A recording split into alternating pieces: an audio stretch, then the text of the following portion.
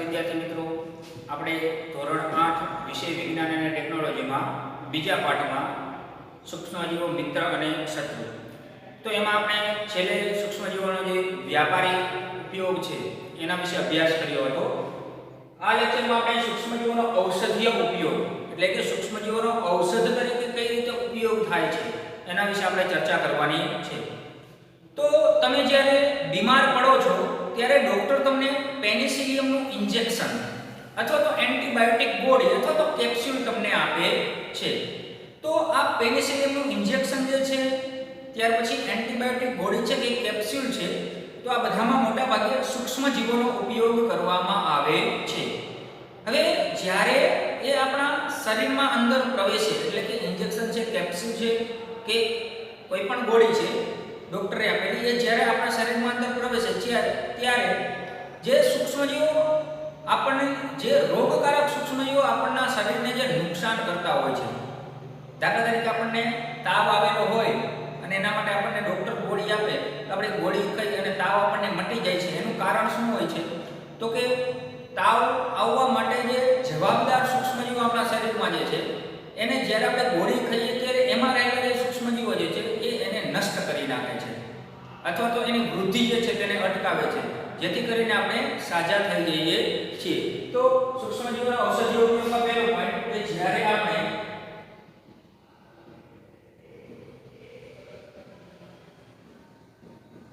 બીમાર પડીએ છીએ ત્યારે ડોક્ટર આપણને પેનિસિલિયમ નું ઇન્જેક્શન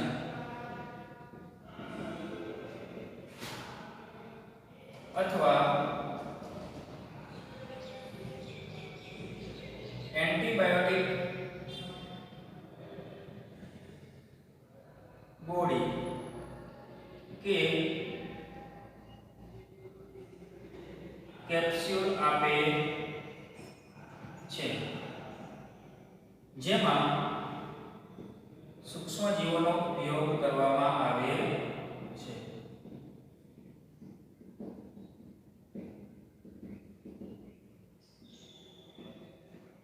તો પેનિસિલિયમનું ઇન્જેક્શન છે, એન્ટીબાયોટિક ગોળી છે કે કોઈ પણ કેપ્સ્યુલ છે, આ બધામાં મોટે ભાગે સૂક્ષ્મજીવોનો ઉપયોગ કરવામાં આવે છે, જે આપણા શરીરને રોગકારક સૂક્ષ્મજીવોથી બચાવે છે. તો આ પ્રકારના જે ઔષધો છે એને એન્ટીબાયોટિક્સ કહેવામાં આવે છે અને આજકાલ બેક્ટેરિયા અને ફૂગમાંથી અનેક એન્ટીબાયોટિકનું ઉત્પાદન થઈ રહ્યું છે. એમાં સામાન્ય રૂપે જે સ્ટ્રેપ્ટોમાઇસિન, ટેટ્રાસાઇક્લિન અને એરિથ્રોમાઇસિન સામાન્ય સ્વરૂપે ઉપયોગમાં લેવામાં આવતી એન્ટીબાયોટિક્સ છે. તો બેક્ટેરિયા અને ફૂગમાંથી અનેક એન્ટીબાયોટિક્સ બનાવવામાં આવે છે.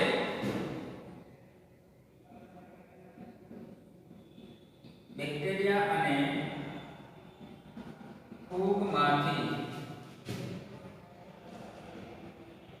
અનેક એન્ટીબાયોટિક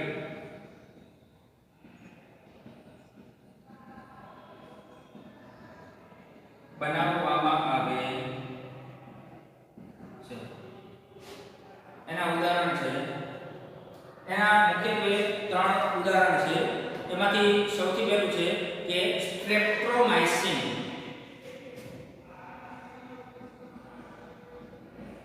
યાદ રાખજો મિત્રો. ત્યાર પછી બીજું છે ટેટ્રાસાઇક્લિન.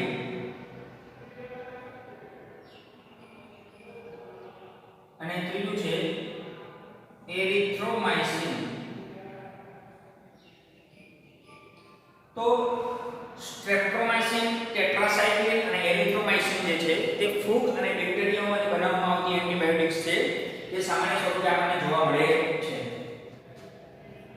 હવે કોઈ વિશિષ્ટ પ્રકારના સૂક્ષ્મજીવોનું સંવર્ધન કરીને એન્ટીબાયોટિક ઉત્પાદન કરવામાં આવે છે, જેને રોગોની સારવારમાં ઉપયોગમાં લેવામાં આવે છે. હવે પાલતુ પ્રાણીઓ તેમજ મરઘાના સૂક્ષ્મજીવોનું સંક્રમણ રોકવા માટે પણ તેમના આહારમાં એન્ટીબાયોટિક આપવામાં આવે છે. જે પાલતુ પ્રાણીઓ હોય, દાખલા તરીકે ગાય, ભેંસ, બકરા, ઘેટા, બધા પાલતુ પ્રાણીઓ, તો પાલતુ પ્રાણી છે, મરઘા છે, બરાબર, આ બધામાં પણ જ્યારે રોગ હોય, આ બધાને રોગ થાય ત્યારે એમને પણ એન્ટીબાયોટિક આપવામાં આવે છે. એમને એન્ટીબાયોટિક કઈ રીતે આપવામાં આવે તો એમનો જે આહાર હોય એ આહારમાં ભેગિયા એન્ટીબાયોટિક ગોળી જે છે તે ઉમેરી દેવાની અને એના શરીરમાં તે પ્રવેશે છે અને જે રોગકારક સૂક્ષ્મજીવો જે છે તેને નષ્ટ કરે છે અને એના રોગમાં તે નિયંત્રણ લાવે છે. એવી જ રીતે વનસ્પતિ રોગ હોય તો એમાં પણ નિયંત્રણ આપણે લાવી શકીએ છીએ. વનસ્પતિમાં પણ કોઈ પણ રોગ થાય તો એને પણ આપણે દવા આપીને એનું નિયંત્રણ કરી શકીએ છીએ. તો આપણે જે ધોરણ 8 માં જ પહેલા ચેપ્ટરમાં આપણે અભ્યાસ કર્યો હતો, તમને યાદ હોય તો રાસાયણિક દવાનો છંટકાવ, જંતુનાશક દવાનો છંટકાવ. પાક ઉત્પાદનમાં છેલ્લે આપણે આવ્યું કે જંતુનાશક દવાનો છંટકાવ કરવામાં આવે છે 2,4-D રસાયણ. યાદ આવ્યું? હા, તો એ પણ જે છે તે એન્ટીબાયોટિક્સ છે. જે દવા જે વનસ્પતિને રોગ થાય ત્યારે એને આપવામાં આવે છે. ત્યારબાદ આપણે વાત કરી સૂક્ષ્મજીવોના ઔષધીય ઉપયોગમાં. તો ત્યાર પછી આપણે વાત કરી કે રસી. તો અત્યાર સુધી આપણે ઘણી બધી પ્રકારની રસી જે છે એનો શોધ થઈ ગયો છે. ત્યાર પછીનો આપણો ટોપિક છે કે રસી. તો જ્યારે શિશુ અથવા તો બાળકોને રસી શા માટે મૂકવામાં આવે છે તો જ્યારે રોગકારક સૂક્ષ્મજીવો આપણા શરીરમાં પ્રવેશે છે ત્યારે તેની સામે લડત આપવા માટે આપણું શરીર એન્ટીબોડી ઉત્પન્ન કરે છે. શું ઉત્પન્ન કરે છે? એન્ટીબોડી. તો જ્યારે રોગકારક સૂક્ષ્મજીવો જે છે તે આપણા શરીરની અંદર પ્રવેશે છે ત્યારે આપણું શરીર એક એન્ટીબોડી ઉત્પન્ન કરે છે. હવે આ એન્ટીબોડીમાં શું હોય તો સૂક્ષ્મજીવો જોઈએ. શું હોય? સૂક્ષ્મજીવો. જે રોગકારક સૂક્ષ્મજીવો જે છે તેને નષ્ટ કરે છે. દાખલા તરીકે તમને શીતળાની રસી મૂકવામાં આવી, આપણને શીતળાની રસી મૂકવામાં આવેલી હોય તો જે શીતળાના રોગકારક સૂક્ષ્મજીવો જે છે જે શીતળા ઉત્પન્ન કરતા હોય તેવા રોગી સૂક્ષ્મજીવો જે છે એ આપણા શરીરમાં અંદર પ્રવેશે છે ત્યારે આપણું શરીર એક એન્ટીબોડી ઉત્પન્ન કરે અને એન્ટીબોડીમાં તે આપણે રસીમાં આપેલા સૂક્ષ્મજીવો જે છે તે ઉત્પન્ન કરે છે અને જે શીતળાના રોગકારક સૂક્ષ્મજીવો જે છે એને અટકાવે છે, એની વૃદ્ધિ અટકાવે અથવા તો એને નષ્ટ કરી દે છે. તો આવી રીતે કોઈ પણ પ્રકારની રસી હોય એ આપણા શરીરમાંથી એન્ટીબોડી ઉત્પન્ન કરે છે. હવે એ પણ એક જોવા જેવી બાબત છે કે જ્યારે ફરીથી એટલે કે પુનઃ એ સૂક્ષ્મજીવો આપણા શરીરમાં પ્રવેશે છે, ફરીથી પાછા એ સૂક્ષ્મજીવો આપણા શરીરમાં પ્રવેશે છે ત્યારે આપણું શરીર પાછું એ જ એન્ટીબોડી ઉત્પન્ન કરે છે. તો આપણા શરીરને એ પણ યાદ હોય છે કે કયા સૂક્ષ્મજીવો માટે, કયા રોગકારક સૂક્ષ્મજીવો માટે કઈ એન્ટીબોડી વાપરવી. બરાબર છે? કયા સૂક્ષ્મજીવોનો ઉપયોગ કરવો એ પણ આપણા શરીરને ખબર જ હોય છે. તો આથી જો મૃત અથવા તો નિષ્ક્રિય સૂક્ષ્મજીવોને સ્વચ્છ શરીરમાં દાખલ કરવામાં આવે તો શરીરના કોષો તેની સામે લડત આપવા એન્ટીબોડી ઉત્પન્ન કરીને રોગકારકોને નષ્ટ કરે છે. તો કેવી રીતે આપણા શરીરમાં અંદર સૂક્ષ્મજીવો જે છે રસી જે છે તે મૂકવામાં આવે છે? મૃત અથવા નિષ્ક્રિય સૂક્ષ્મજીવોને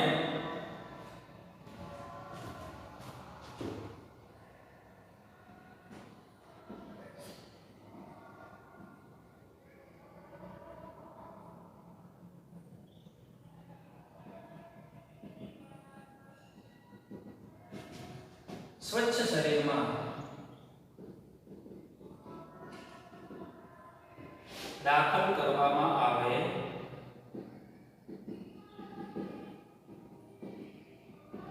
મૃત અથવા નિષ્ક્રિય સૂક્ષ્મજીવોને સ્વચ્છ શરીરમાં અંદર દાખલ કરવામાં આવે છે તો શરીરના કોષો તેની સામે લડત આપવા એન્ટીબોડી ઉત્પન્ન કરીને રોગકારકોને નષ્ટ કરે છે. તો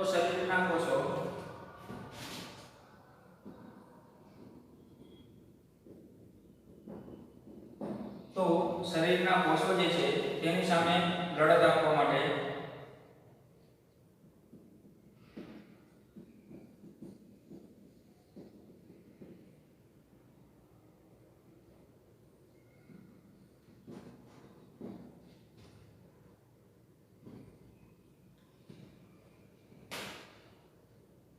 એન્ટીબોડી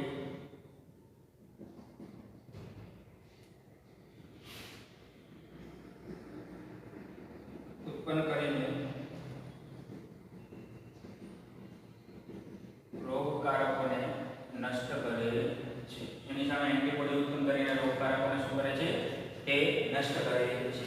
તો મૃત અને નિષ્ક્રિય સૂક્ષ્મજીવો જે છે જેને સ્વચ્છ શરીરમાં દાખલ કરવામાં આવે છે તો શરીરના કોષો વડે તેની સામે લડત આપવા માટે એન્ટીબોડી ઉત્પન્ન કરીને રોગકારકોને નષ્ટ કરે છે, જેથી આપણું શરીર જે છે તે સ્વચ્છ રહે છે. આ એન્ટીબોડી આપણા શરીરમાં હંમેશા માટે બનેલા રહે છે તથા રોગકારક સૂક્ષ્મજીવોથી આપણને બચાવ કરે છે. આ પ્રકારે રસી કાર્ય કરે છે. આ એન્ટીબોડી આપણા શરીરમાં હંમેશા માટે રહે છે. આ એન્ટીબોડી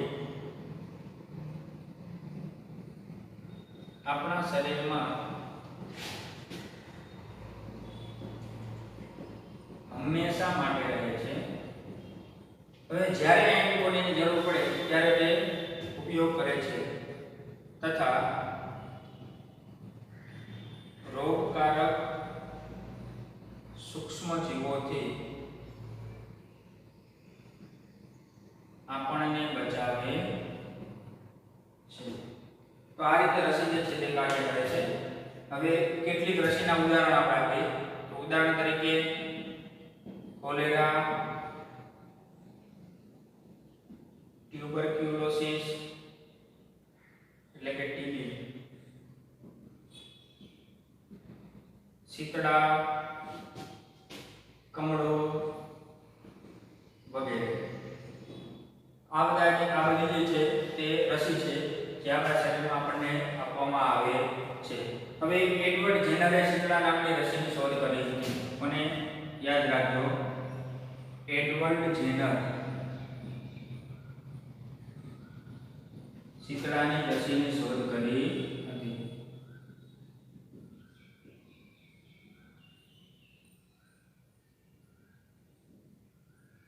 ક્યારે? તો કે એડવર્ડ જેનરે ક્યારે શીતળા નામની રસીની શોધ કરી હતી? તો ઈસવીસન 1798. ઈસવીસન 1798 માં એડવર્ડ જેનર નામના વૈજ્ઞાનિકે શીતળા નામની રોગની રસીની શોધ કરેલી હતી. તમારા બાળપણમાં પણ તમને ઘણા બધા રોગો સામે રક્ષણ મેળવવા માટે રસી મૂકવામાં આવેલી હશે. તે તમારા મમ્મી પપ્પાને તમે પૂછી શકો છો. બધા બાળકોને રોગો સામે સુરક્ષાની આવશ્યક હોય જ છે અને જરૂરી રસી નજીકની હોસ્પિટલમાં ઉપલબ્ધ હોય છે અને હોસ્પિટલમાંથી એ તમને આપવામાં આવે છે. હવે બાળકોને પોલિયોથી બચાવવા માટે તમને ટેલિવિઝન પર તેમજ સમાચાર પત્રમાં પોલિયોના રસીકરણ માટેનું ઘણું બધું તમને જણાવતા હોય છે. તો વાસ્તવમાં તો બાળકોને આપવામાં આવતા પોલિયોના ટીપા એ પણ એક રસી જ છે. તમને પોલિયોના ટીપા આપવામાં આવે છે. એ પોલિયોના ટીપા શું છે? તો એ એક પ્રકારની રસી છે. તમને આપવામાં આવતા પોલિયોના ટીપા જે છે તે એક પ્રકારની રસી છે. તો શીતળા વિશ્વવ્યાપી અભિયાન ચલાવવામાં આવ્યું હતું અને પરિણામ સ્વરૂપે વિશ્વના મોટાભાગના વિસ્તારોમાંથી શીતળાને દૂર કરી શકાયું હતું. આજકાલ સૂક્ષ્મજીવોમાંથી રસીનું ઉત્પાદન મોટા પાયે પર કરવામાં આવે છે, જેનાથી મનુષ્ય તેમજ પ્રાણીઓને અનેક રોગોથી બચાવી શકાય છે.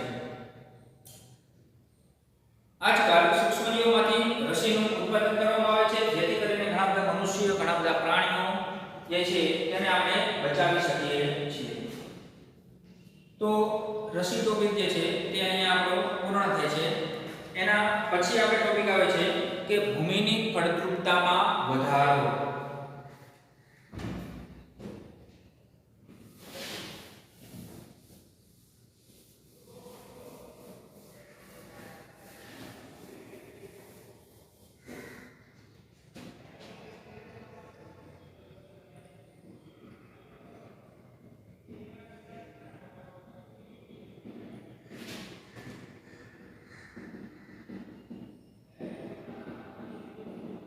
ભૂમિની ફળદ્રુપતામાં વધારો.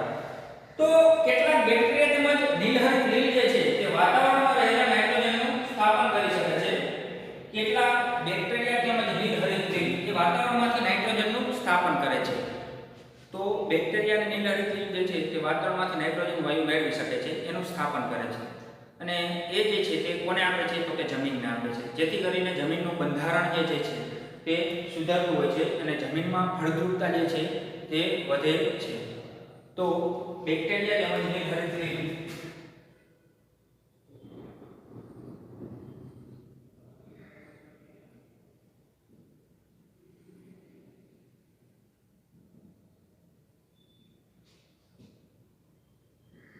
વાતાવરણમાં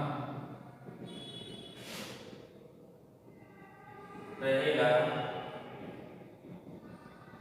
નાઇટ્રોજનનું સ્થાપન કરે છે. બેક્ટેરિયા તેમજ નેત્રજનથી વાતાવરણમાં રહેલા નાઇટ્રોજનનું સ્થાપન કરાય છે અને આ પ્રકારે ભૂમિમાં નાઇટ્રોજનનું પ્રમાણ વધે છે, જેનાથી ભૂમિની ફળદ્રુપતામાં વધારો થાય છે. આ પ્રકારે ભૂમિમાં નાઇટ્રોજનનું પ્રમાણ વધે છે, જેથી ભૂમિની ફળદ્રુપતામાં વધારો થાય છે. આનાથી ભૂમિની ફળદ્રુપતા જે છે તેમાં આપણને વધારો થતો જોવા મળે છે અને આ સૂક્ષ્મજીવોને સામાન્ય રીતે જૈવિક નાઇટ્રોજન સ્થાપક પણ કહેવામાં આવે છે કે જે જમીનમાં નાઇટ્રોજનનું સ્થાપન કરે છે. ત્યાર પછીનો આપણો પોઈન્ટ આવે છે કે પર્યાવરણનું શુદ્ધિકરણ. તો તમને પાઠ્યપુસ્તકમાં એક પ્રવૃત્તિ આપેલી છે, એ પ્રવૃત્તિમાં તમારે શું કરવાનું છે? તો બે એક સરખા કુંડા લો, એક કુંડામાં બંને કુંડામાં અડધે સુધી માટી ભરી દો. હવે એક કુંડામાં તમારે શું નાખવાનું? તો એક કુંડામાં શાકભાજીનો જે વધેલો નકામો કચરો જે છે તે, ત્યાર પછી વનસ્પતિના ફળ, ફૂલ, પાન, ડાળીઓ એટલે કે વનસ્પતિના અવશેષો, ત્યાર પછી પ્રાણીજન્ય જે અવશેષ હોય એ આવું બધું તમારે એક કુંડામાં નાખવાનું છે અને બીજા કુંડામાં તમારે જે પોલિથીનની કોથળીઓ છે, પ્લાસ્ટિકના નકામો કચરો છે, રમકડા છે પ્લાસ્ટિકના, આવું બધું તમારે નાખવાનું છે, કાચ છે. હવે થોડા દિવસ માટે તેને હૂંફાળી જગ્યા ઉપર રાખવાનું છે. ત્યારબાદ તમારે બંને કુંડાને થોડા દિવસ પછી એટલે કે 2-3 અઠવાડિયા પછી તમારે એને બહાર કાઢવાનું છે અને એમાં તમારે અવલોકન કરવાનું છે. તો અવલોકન કરતા તમને જણાશે કે એ કુંડું જે છે એમાં બધી જ વસ્તુઓનું વિઘટન થઈ કે કુદરતી ખાતરમાં ઉપયોગી ખાતર જે આપણને હોય છે એમાં રૂપાંતરિત થઈ ગયું હોય છે. જ્યારે બી કુંડું જે છે એમાં આપણને જે પદાર્થ જેવા હતા એવા જ પદાર્થો આપણને જોવા મળે છે. તો કે બી કુંડામાં વિઘટન થતું નથી. આવું શા માટે? તો એ કુંડામાં જે પદાર્થ છે તેનું સૂક્ષ્મજીવો દ્વારા વિઘટન થાય છે, જ્યારે બી કુંડામાં જે કાચ, પોલિથીનની કોથળીઓ, રમકડા આ બધાનું જે સૂક્ષ્મજીવો દ્વારા વિઘટન થતું નથી. તો તમે અવારનવાર જમીન પર સળગતી વનસ્પતિઓ અને મૃત પ્રાણીઓના સ્વરૂપે મૃત કાર્બનિક દ્રવ્યનો મોટો જથ્થો જોયો હશે. તમે જોશો કે કેટલાક સમય પછી તે લુપ્ત થઈ જાય છે. એનું કારણ એ છે કે સૂક્ષ્મજીવો વનસ્પતિના મૃત જૈવિક કાર્બનિક કચરાને મૃત પ્રાણીઓને સરળ પદાર્થોમાં ફેરવે છે. આ પદાર્થો અન્ય વનસ્પતિઓ તથા પ્રાણીઓ દ્વારા પુનઃ ઉપયોગમાં લેવામાં આવે છે. આ પ્રકારે હાનિકારક તેમજ દુર્ગંધ મારતા પદાર્થોના વિઘટન માટે સૂક્ષ્મજીવોનો ઉપયોગ કરીને પર્યાવરણને શુદ્ધ કરી શકાય છે. તો આ રીતે સૂક્ષ્મજીવો જે છે તે આપણને ઉપયોગી છે. પર્યાવરણને શુદ્ધ કરવા માટે સૂક્ષ્મજીવો ઉપયોગી છે. જે મૃત અને નકામા પદાર્થો જે છે તેનું સૂક્ષ્મજીવો વિઘટન કરી નાખે છે, જેથી કરીને તે દુર્ગંધ મારતા નથી અને તે થોડાક દિવસોમાં લુપ્ત થઈ જાય છે, જેથી કરીને આપણું પર્યાવરણ જે છે તે શુદ્ધ રહે છે. તો આજના લેક્ચરમાં આપણે ભૂમિની ફળદ્રુપતામાં વધારો જોયો, ત્યારબાદ રસી જે છે એના વિશે આપણે જોયું, ત્યાર પછી સૂક્ષ્મજીવોના જે ઔષધીય ઉપયોગ જે છે એના વિશે આપણે ચર્ચા કરી. આના પછીનો જે ટોપિક છે જે આપણે નેક્સ્ટ લેક્ચરમાં અભ્યાસ કરવાનો છે. આજે બસ આટલું જ. Thank you.